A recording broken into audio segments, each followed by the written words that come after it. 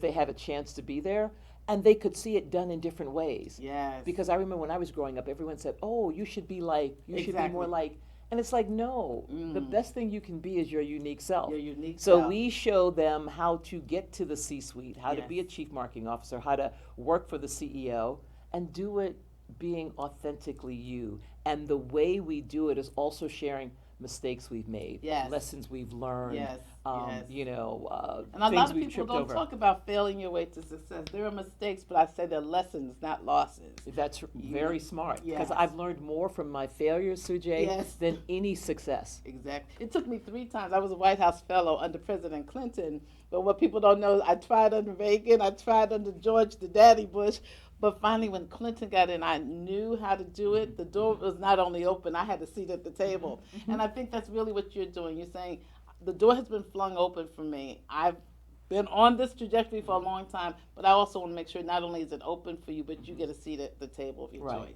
The only thing I would probably change is the door wasn't opened. I had to kick it open. Okay. Right. Okay. So I want the generation that follows Mhm. me to push on an open door. I love Right. that. I love that. It's no one's going to open it up and say, "Oh, I'm so glad you came. We've been waiting for you." Mhm. Maybe if you're lucky, but in the case that that doesn't happen, how to, and it's got to be a little open, because if you have to really kick it in, Yes. then is that really where you should be? Exactly. If you're recognizing talent and your personality and what you bring to the organization, you want to plant your seed in fertile ground. Yes, You want to yes. go to the places that are going to recognize, reward, acknowledge, appreciate, value your talent, not just say, okay, we can check the box. Exactly. So let me ask you this. You know, the Crown Act has passed in several states. Do you think that that's going to have an impact on this generation, or do you think you still have to go in a certain way for the door, even if the door is half open? Well, first of all, I have to give a big up to one of our Beckham members, AC Eggleston Bracey, Yes, I know her who well. at Unilever, and has been on this task for the Crown Act, and has really put a lot of heart, sweat, soul, energy, tears, everything into making this happen. She has. And so I'm appreciative of what she's done for women that look like me. I know for a fact it is impacting this generation, because when I walk into offices and I see natural hairstyles, Yes. braids, Yes. everything, and it being part of them. Now, what we have to work on, and what I don't know, is that I'm not inside someone's head That's right. around what the page one is that comes up about someone when you see them like that. Yes. But that's never been our issue, because I say when I walked into a room as a black woman, how you felt about that was secondary to how I felt about myself. I love that. And I wasn't going to, buy into whatever you thought about me, other than presenting who I really was. So Yes. when black women show up with natural hair and braids, they're showing the confidence to own who they are. Yes. And I think that gives them the freedom to speak about what it is that they know so well. I love it. So when we first met, or when I first remember meeting you, we were in Jack and Jill. Good old Jack and And you were Jill. working for Verizon. But there have been so many corporations since then, and then you've been on corporate boards. So many people want the corporate board, but they don't want the sweat equity that goes into it. So if you had said what led to your first board, and what did it really take? So my first board, and I tell the story, I didn't even know that much about corporate boards as a thing to aspire to or to want to be a part of. I Yes. got a call from a headhunter that said, we're recruiting for the Tommy Hilfiger board, and we'd like to talk to you about that. And I thought, oh, well, I knew the brand. I thought that'd be very cool. Yeah. And as I went through the interview process, I kind of got more and more excited about the ability to impact a brand that I thought was really, important. They'd gone through kind of unfortunately, the brand had been characterized as having said something in the black community that they never said. Yes.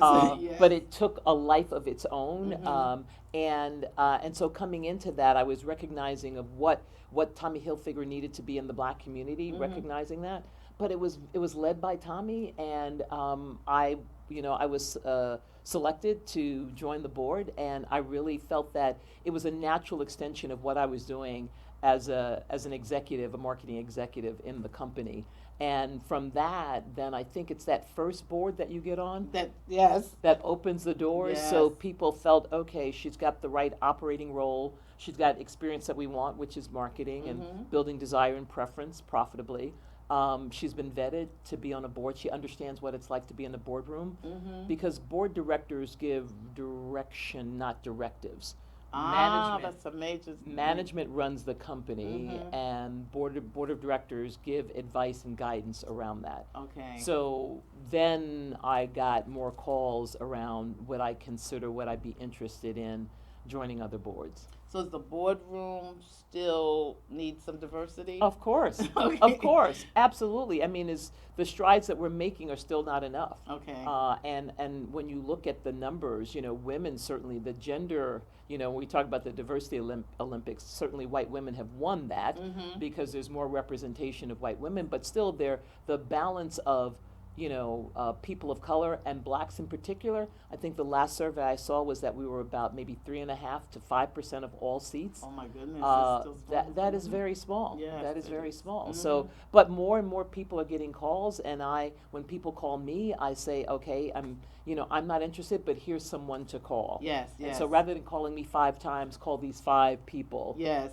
And when I get calls all the time, every week someone calls me about or emails me about an opening for a director, and they're looking for a marketer, and I say, here are 33 people How awesome. that you can speak to, and they're all Yes. Becca members, and Yes. so they are getting calls. So is marketing the best trajectory to a board seat, or what other kinds of roles? Actually, there are fewer marketers in board seats. I wouldn't say it's the best, but as a marketer, I think marketing is the best profession to be in. Yes, of course. But boards are looking for they want financial experience, they Mhm. want cybersecurity experience, they Yes. want I hear that a lot. legal. It depends upon what they're looking for. Mhm. But more companies are now recognizing that marketing and differentiation Yes. and purpose is really important and should be elevated to a board seat with that kind of expertise. So more marketers are joining boards, much like more marketers are becoming CEOs. Yes. So I run the Global Black Women's Chamber of Commerce, Black women business owners, and more I see nonprofit women wanting to own their own businesses. COVID has certainly allowed people to pivot, as they say. But what's the road for the nonprofit woman who wants to go to corporate America? So, okay, that's a great question that I'm not qualified to answer. Okay. And I'll Okay. tell you why. Okay. Because my whole journey has been through corporate America. Yeah. And not just corporate America, but Fortune 500, Fortune 100. And that's a big So difference, it's yes. my experience. I say that I got paid on the 15th and the 30th, regardless of whether or not the company got paid. Yes. And even when I think about the boards I serve on, Under Armour, Dow, Yes.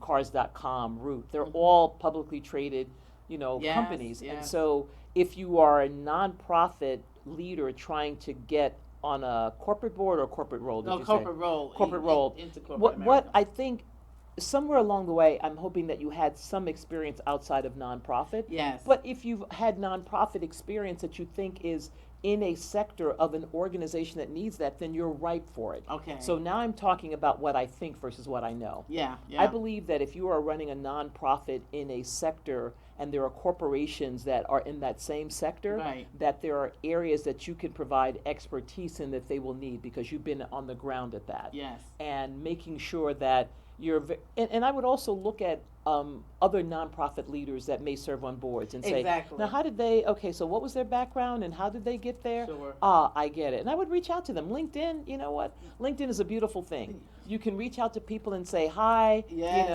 I see we share something. I'm interested, would you have 5 minutes? Do you have 5 minutes? And Or they when- respond. and they respond. And when Yeah. you see people that have had a similar journey, having been on a nonprofit and going to a corporation, talk to them about how they did that. But I do believe it's about being able to characterize your experience in a way that makes it interesting and compelling for a company. Business school. So the young person who's graduating from college, do they need it if they want to be a young entrepreneur? Do they need it these days, or do you say go out, try your entrepreneurship, and then maybe business school later? I mean, there's money to be made, but what would you suggest? I don't think they need business school, but they need to know business.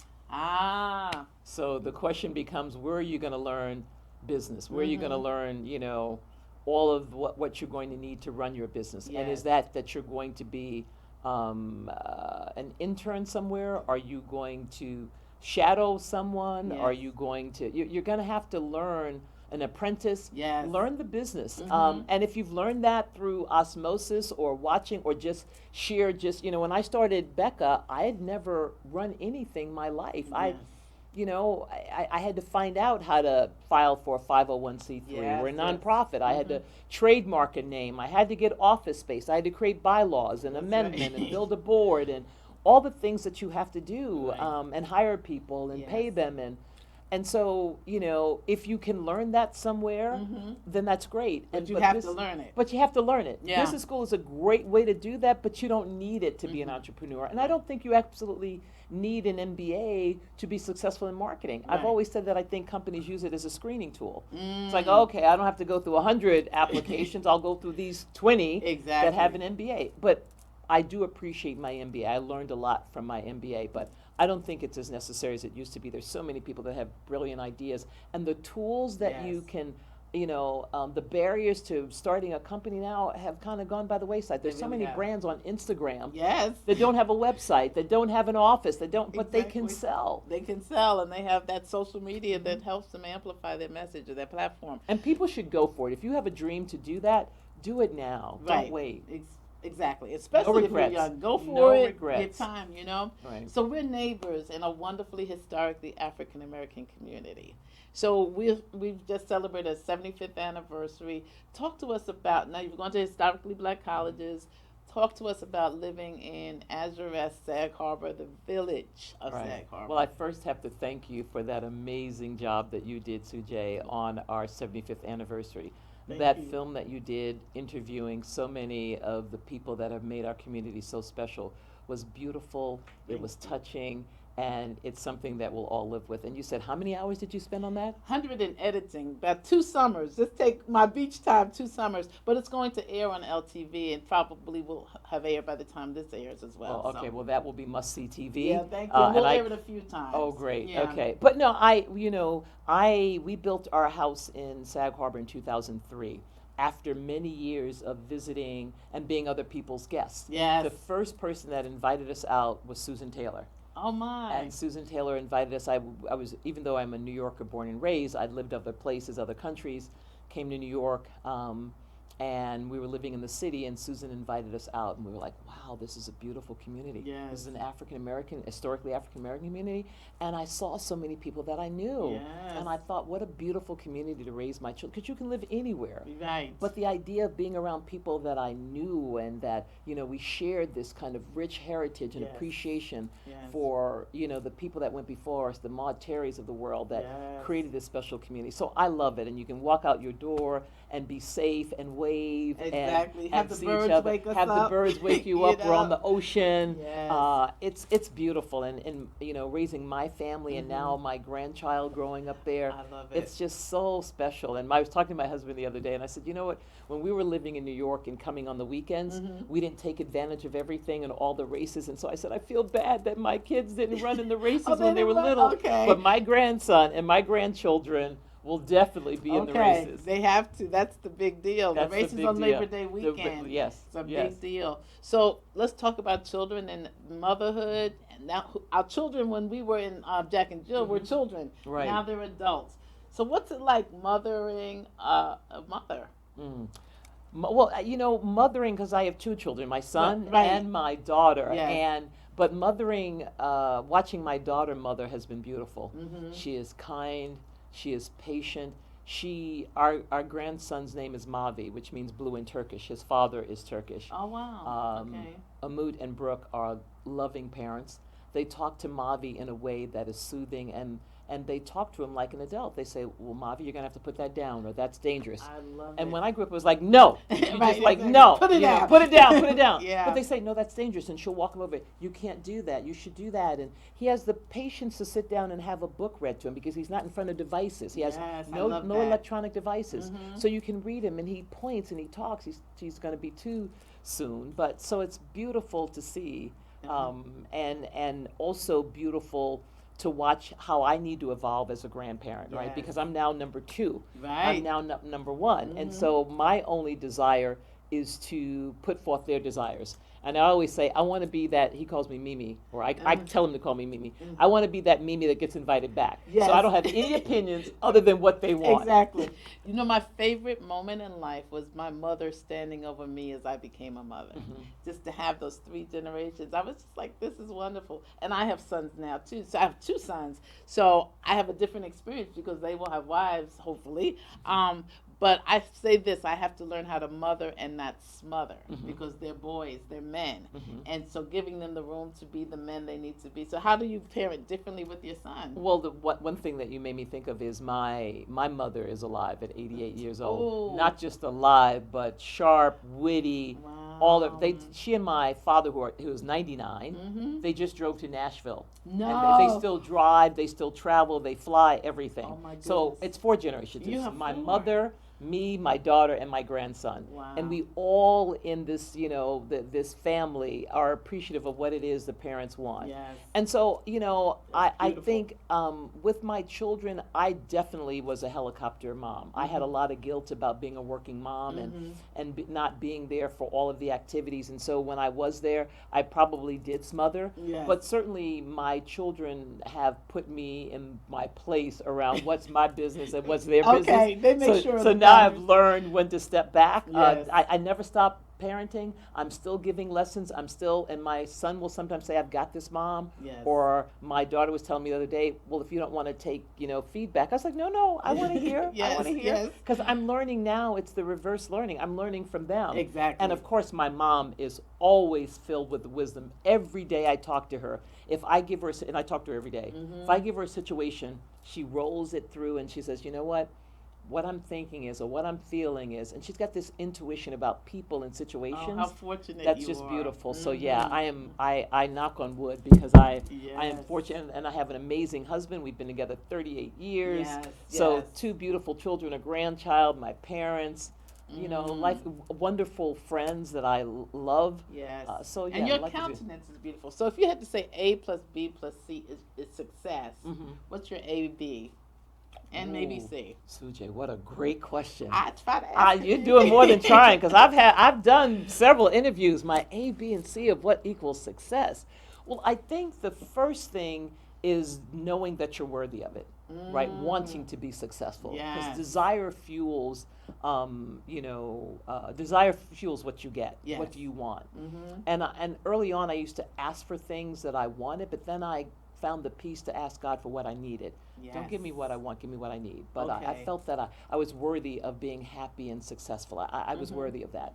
I'd say the first thing. The second thing, and I credit my mom with instilling me with that confidence and Yes. understanding, because Yes. there are a lot of things that she had to make sure that I did well. I followed that then with having picked the right partner in life. A lot of where you go and what you Yes. can do is who's on that journey with you. Yes. And if I had picked someone other than Greg Smith to be my partner, where he'd say he would check me when I was wrong, he'd support me and cheerlead me when I did things that were well. There was no competition. Yes, yes. I could salute and celebrate him, and he could do that with me. We have the same values about the children that we wanted to raise and how we wanted to raise them, Yes. and making time for that. And so I would say, desire, and then the right kind of network and Yes. group, and then putting myself in situations where I could flourish, where I could be Yes. myself and be valued and respected. That's good. And they say, what's good is success if you have no one to share it with? So you have many villages. You have your work village, your Becca village, your family village, Sag Harbor village. So is there another village we don't know about that brings you joy? I live in Boca. I live in Boca Raton, Florida, part of the time too. Okay, so yeah. that brings me a lot of joy, especially in the winter. Oh, I know that's right.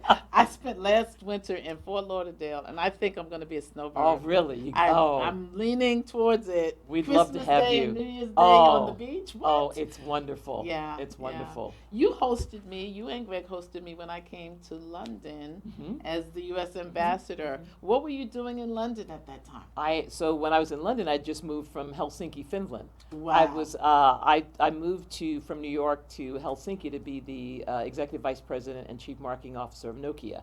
Yes. And so Nokia is based in Helsinki, and that was an amazing experience. And after living in Helsinki, then I moved to London. And so that's where I was. And we really, as a New Yorker, you thought that I lived in a very diverse world. Yes. You move to London and you realize that it's such a rich environment of cultures and languages and customs, and Yes. even though we speak the same language, it's very different. Yes. But I really loved it, and the beauty of London is like it's the center of the universe in terms of traveling to Yes, Europe, and so you yes. could get to anywhere in an hour, and we took full advantage. Oh yeah, well Full thank you advantage. for the invitation. The night I came was the barristers' dinner. Right, Was that's it? right. Yes, Oh, yes. oh, You are good, CJ. hey. You are good, Sujay. But You it's- don't forget. I try not to, but it was just good to see you flourish. And Right. Well, you're a world traveler, so we were honored to have you to have us on one of your stops. Yeah, I'm glad to be back home now. I'm glad that we have Sag Harbor. Yes. I had all 199 countries in my portfolio, so they had me on a plane. They were like, "Where do you live?" Or on whatever airline I was flying on. But what an experience, though, right? Quite an experience, and to see the family also enjoy it. Now there was a day you talk about going to the events. I was trying to be a helicopter mom. I flew from China to my son's pin relays. Mhm. He was a shot putter, and you try to do the things you could as a mother. And when he looked up, boys only look up for 4 seconds, Right, but they right. see you there. I was like, Uh-huh. I love being a parent and I love Right. what I'm doing. So, Right. what's a highlight for you of your life? Just being a grandmother. Okay. It is. Oh my God! It brings me so much joy. Mhm. And there are things that I would have done and could have done, but where I would not have been as present as I am now Yes. in his life. Mhm. And at the time, I looked at it as like disappointing, but now I see God's plan. Like Yes. if I had done that, I wouldn't be able to be here. They live in the city in Chelsea, so they come and they spend Thursday through Sunday with me, and I just wonderful. love it, and I can go to the city and spend time with them. And if I was doing some of the things that I would have done, I wouldn't have been able to do that. So I'll never get this time back in his life, and I'm enjoying it. I'm so glad. You mentioned God. Does faith play a role in your life? Absolutely. And the thing about it is that I have so many friends that how religion lives either outwardly or inwardly, Yes, and I would yes. say I'm more inwardly than Sure, outwardly. sure. But what I know is that I've always embraced the fact that God has a plan for me, Yes. that I believe that what he does for me is divine for me, Yes. and that I have to be able to recognize, appreciate, celebrate, and love him Mhm. as he loves me. Yes. And so when I think about my parents and my children and my gifts and my blessings, I do thank God for that. Wow, what a blessed woman. So Sag Harbor allows me to live my faith inwardly because I'm so outwardly Mhm. on all the time. So to find a place where I can have just my time with God is wonderful. So the beauty of the ocean, the beauty of the bay is wonderful, and the beauty of wonderful neighbors and friends. So I thank you for being a guest with us. So we didn't get a chance the other night, but can you look right there and say, happy 75th anniversary as you rest? Happy 75th birthday as you rest. And happy 75th anniversary as you rest. And thank you for sharing with us. This has been Live with Sujay. My special guest has been Jerri DeVard, founder of Becca. And we are so glad that you joined us. You can join us Wednesdays at 5:30. But we're also going to be on the website. A shout out to my crew who made this happen. And a shout out to you for sharing this time with us. You can find me at globalblackwomencc.org, globalblackwomencc.org, or you can find me right here. Until the next time, be well, take care, and God bless.